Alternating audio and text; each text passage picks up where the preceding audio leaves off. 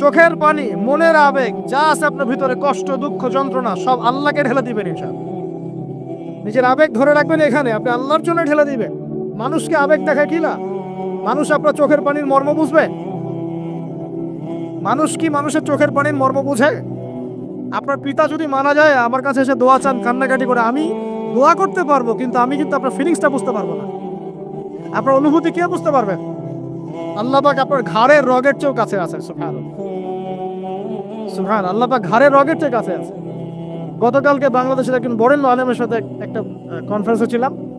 উনি বলছিলেন যে এক ব্যক্তি, এটা শোনেন, এক ব্যক্তি খুব তার শখ যে তিনি সাহাবীদের মতো নামাজ পড়া শিখবেন। কথা বুঝতে পারছেন?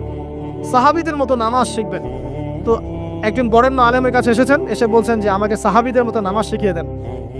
তখন সেই আলেম আরেকজন আলেমের সন্ধান দিয়েছেন, যে তুমি তার কাছে যাও, তিনি শেখাবেন। তো সেই ব্যক্তি তো অবাক হয়েছেন, কারণ যাকে প্রশ্ন করেছিলেন তিনি অনেক বড় মুহাদ্দিস, আর যার কাছে পাঠানো হচ্ছে তিনি অত বড় মুহাদ্দিস নন, কিন্তু আবেদ, আমল করেন। তাকে গিয়ে বলছেন উনি আমাকে পাঠিয়েছেন সাহাবী বলা নামাজ শিখিয়ে দেন। তখন তিনি বলছেন ঠিক আছে, সুন্দর করে ওযু করে আসো, সুন্দর করে ওযু করে আসো। ওযু করার সময় খালি খেয়াল রাখবা যে আমি ওযু করছি শুধু আল্লাহর সন্তুষ্টির জন্য। কি খেয়াল রাখবেন? ওযু করছি শুধু আল্লাহকে রাজি খুশি করার জন্য ওযু করছে, আর কোনো উদ্দেশ্য নাই আমার। ওযু করতে যাচ্ছে, তিনি আবার বলছেন দাঁড়াও, শুধু আল্লাহকে রাজি খুশি করার জন্য ওযু করো। আবার শুরু করছেন, আবার বলছেন শোনো, শুধু আল্লাহকে রাজি খুশি করার জন্য ওযু করো। এভাবে বলতেই আছেন, নামাজে দাঁড়িয়ে আছেন, দাঁড়ানোর আগে বলছেন শোনো, শুধু আল্লাহকে রাজি খুশি করার জন্য নামাজ পড়ো। বলতেই আছেন। এক পর্যায়ে সে ব্যক্তি নামাজ শুরু করলো, নামাজের মনোযোগ এদিক ওদিকে যায়, আর তার মাথায় এটা আসে, এই শুধু আল্লাহকে রাজি খুশি করার জন্য আমাকে নামাজ পড়তে হবে, শুধু আল্লাহকে রাজি খুশি করার জন্য নামাজ পড়তে হবে। এই চিন্তা তার মনের মধ্যে ঘুরপাক খাচ্ছে। এভাবে নামাজটা সে শেষ করেছে। শেষ করে চিন্তা করছে যে নামাজ তো পুরোপুরি মনোযোগ দিতে পারলাম না। বারবার মাথার মধ্যে এরকম চিন্তা আসছে, আল্লাহ আমাকে তুমি মাফ করে দাও, নামাজটা আমার মনে হলো না ঠিক মতো। তখন সে ফিরে এসে তার সে ওস্তাদকে বলছেন আমার তো নামাজ এরকম করে পড়লাম, কিন্তু শেষমেশ মনে হলো যে নামাজটা হয়তো কবুল হয় নাই, আল্লাহর কাছে খুব মাফ চাইলাম, আল্লাহ আমাকে মাফ করে দাও, নামাজটা মনে হলো না। তখন সেই যে প্রথম ব্যক্তি যিনি পাঠিয়েছেন তিনি বলছেন এটাই হলো সাহাবী বলা নামাজ। তারা আল্লাহকে রাজি খুশি করার জন্য নামাজ পড়তেন, নামাজ শেষ করে আল্লাহর কাছে ইস্তেগফার করতেন, আল্লাহ কিছুই হলো না। আমার কথা কি বুঝতে পারছেন? অতএব আল্লাহকে রাজি খুশি করার জন্য আপনি আপনার আবেগ, আপনার ইবাদত সব ঢেলে দিবেন, অন্য কারো কাছে কিছু পাওয়ার আশা করি।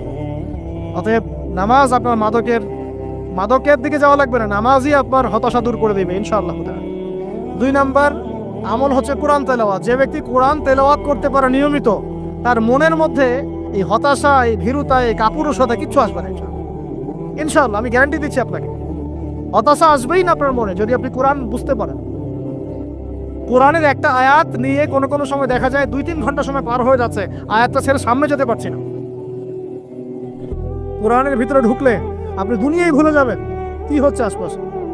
আমি এমন অনেক আলেমকে দেখেছি যে একটা বই, পাতলা একটা বই, আরবি বই নিয়ে পড়া শুরু করেছেন, যে ফজরের পরে জোহরের ওয়াক্ত হয়ে যাচ্ছে, বইটাই শেষ করতে পারেননি। বুঝতে পারবেন? যখন আপনি ইলমের ভিতরে ঢুকে যাবেন, কোরআনের ভিতরে, হাদিসের ভিতরে, আপনার দুনিয়ার খেয়ালই নাই। একজন আলেম তিনি এক রাত্রে একটা বই লিখেছিলেন, চটি বই, এক রাত্রের মধ্যে। বলা হচ্ছে তার সম্পর্কে বলা হচ্ছে যে রাতের খাবার তাকে দেয়া হয়েছে, যে আপনি এটা খেয়ে নেন। তো খাবারটা পাশেই আছে, খাবারটা খাবো, এটা লিখে খাবারটা খাবো, এরকম তার চিন্তা ছিল। ফজর হয়ে গেছে, বই লেখাও শেষ, খাবার এই অবস্থায় পড়ে আছে, ডুবে গেছেন ভিতরে, খাওয়ার মাথায় খেয়াল নাই। এরকম হয়। একজন মনীষী, বিখ্যাত মনীষী, রিয়াদুস সালেহীন কিতাবের রাইটার, সংকলক আল্লামা নববী রাহিমাহুল্লাহ, এরকম সারা রাত চলে গেছে, পাশে 2টা খেজুর, ওই 2টা খেজুর খাওয়ারই সময় পাবে। হাদিস নিয়ে গবেষণা করতে রাত পার হয়ে গেছে।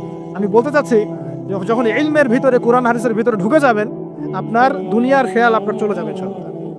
এই টেনশন, হতাশা, এই সেই বাদ, তখনই আল্লাহ পাক আপনাকে তার পক্ষ থেকে রহমত দিবেন, বরকত দিবেন, আল্লাহ আপনার দুনিয়ার কাজগুলো করে দিবেন ইনশাআল্লাহ। তখন কেউ আপনার দুনিয়ার ওই কাজটা করে দিয়েছে, কেউ ওই কাজটা করে দিয়েছে, কেউ বাসায় খাবার পাঠিয়ে দিয়েছে, আল্লাহ পাকই এগুলো করাই দিবেন ইনশাআল্লাহ। তো প্রিয় ভাইরা, মাদকে যাবো না আল্লাহর কাছে আসবো? 2 নাম্বার কোরআন তেলাওয়াত, 3 নাম্বার আল্লাহর জিকির। 3 নাম্বার কি ভাই? আল্লাহর জিকির। চলতে ফিরতে সব সময় মুখ চলতে থাকবে, মুখ না চললেও মনে মনে মন তাজা থাকবে, মনে মনে জিকির হতে থাকবে। মনে মনে জিকির করতে পারেন? মুখ নড়বে না, কিন্তু মনে মনে আপনার একটা জিকির হতে থাকবে। সুবহানাল্লাহ, আলহামদুলিল্লাহ, লা ইলাহা ইল্লাল্লাহ, আল্লাহু আকবার। পারা যাবে? পারে। মানুষের মন কখনো চুপ করে থাকে না, কিন্তু মানুষের মন অলওয়েজ কিছু না কিছু চিন্তা করতেই থাকে, করতে থাকে না, যতক্ষণ না ঘুমায় মানুষ।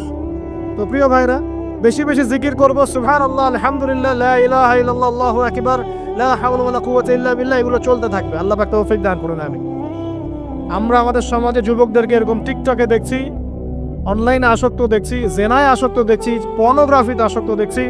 আমরা দেখছি আমাদের যুব সমাজকে মাদকে আসক্ত, কিশোর গ্যাংয়ে আসক্ত। এইগুলো কি আমাদের কাম্য ছিল ভাই? আমাদের কাম্য ছিল? এই অবস্থায় কি যুব সমাজ আল্লাহ পাকের দিনের পতাকা হাতে নিয়ে আল্লাহর জমিনে দিন কায়েম করতে পারবে কিনা? একটু আমাকে উত্তর দেন দেখি। এখন এই অবস্থায় পারবে? অতএব অবস্থার উন্নতি করতে হবে কিনা? উন্নতির জন্য রাজি আছে কিনা ইনশাআল্লাহ? আমরা চাই কি আল্লাহ পাকের দিনটা আল্লাহর জমিনে প্রতিষ্ঠা লাভ করুক, আল্লাহর দিন সবার ঘরে ঘরে পৌঁছে যাক। আল্লাহ পাকের দিনের যে সৌন্দর্য সবাই সেটাই, এই সৌরভটা সবাই পাক। আমরা চাই কিনা? সমাজে শান্তি প্রতিষ্ঠা হোক, আবার সেই রাসূলের মতো যুগ চলে আসুক, আমরা চাই কিনা? অতএব আমাদের সবাইকে যৌবনের এই প্রলোভনগুলো থেকে বেরিয়ে এসে আল্লাহ পাকের ইবাদতে আত্মনিয়োগ করতে হবে। আল্লাহ পাক আমাদের সবাইকে তৌফিক দান করুন, বলি আমিন।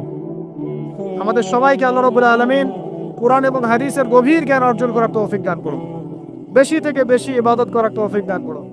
আল্লাহ পাক সবাইকে হারাম সমস্ত রিজিক থেকে বাঁচিয়ে রাখুন, জেনা, ব্যভিচার এবং নারীর ফিতনা, মাদক থেকে আল্লাহ বাঁচিয়ে রাখুন। আল্লাহ পাক আমাদের সবাইকে হালাল রিজিক, হালাল সম্পর্ক যথেষ্ট করে দিন।